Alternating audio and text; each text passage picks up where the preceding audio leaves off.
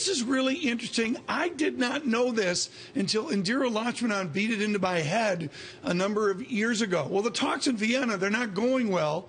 And, you know, this side disagrees to agree with the other side and all that. The backdrop is something different. And in the Middle East, Iran and Persia well, they're a complete society. They're the 18th in purchasing power parity in the world. They have a fully developed middle class. This is really different. Bring up the single best chart. And this is nothing more than per capita GDP. And up they go. Here's the log chart. So slope matters. You get up to that big peak in the 80s. Down they go, and then the recovery with oil and gas has been stupendous until now, and they've really rolled over. Brendan, they have rolled over. This is the hardship that Tehran has as they go into these talks. And I think it's interesting when you talk about, you know, a complete society in the Middle East. This is one of the things that we hear from people. Our Golnar Motvali reporting from the street in Tehran. They really like Americans. That there is a natural kinship to Americans on the street in Tehran. Chris Davidson at Durham,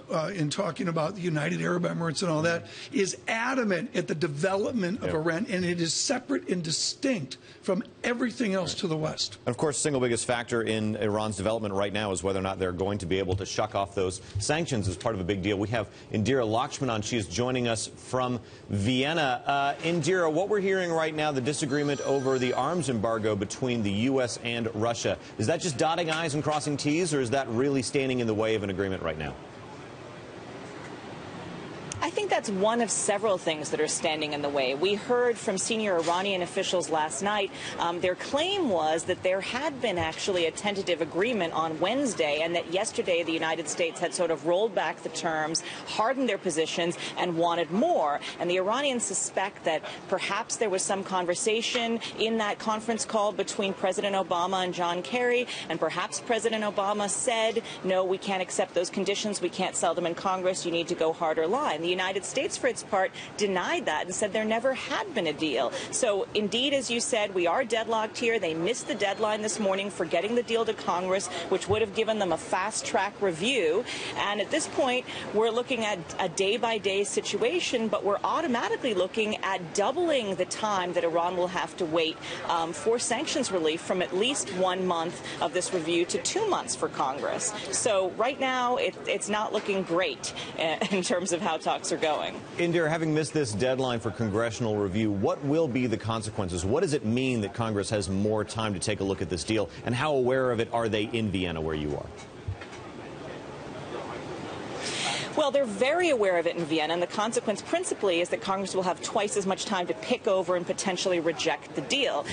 Ultimately, the president can, of course, veto their rejection, and it's not clear that there will be enough votes in Congress to override that presidential veto. But the larger point is here that polling shows the American people want a deal with Iran. They want to prevent Iran from getting a nuclear weapon, and they think that negotiations are the best way to do it. The sentiment on Capitol Hill is somewhat different, where there's a real attachment to sanctions and using those as a tool of coercion. And that's something that the Iranian officials complained to us about last night, saying that they need to let go of that attachment to sanctions if they want this deal done. Indira, the discussion is technocratic and political. How large is religion as a backdrop for the Iranian side?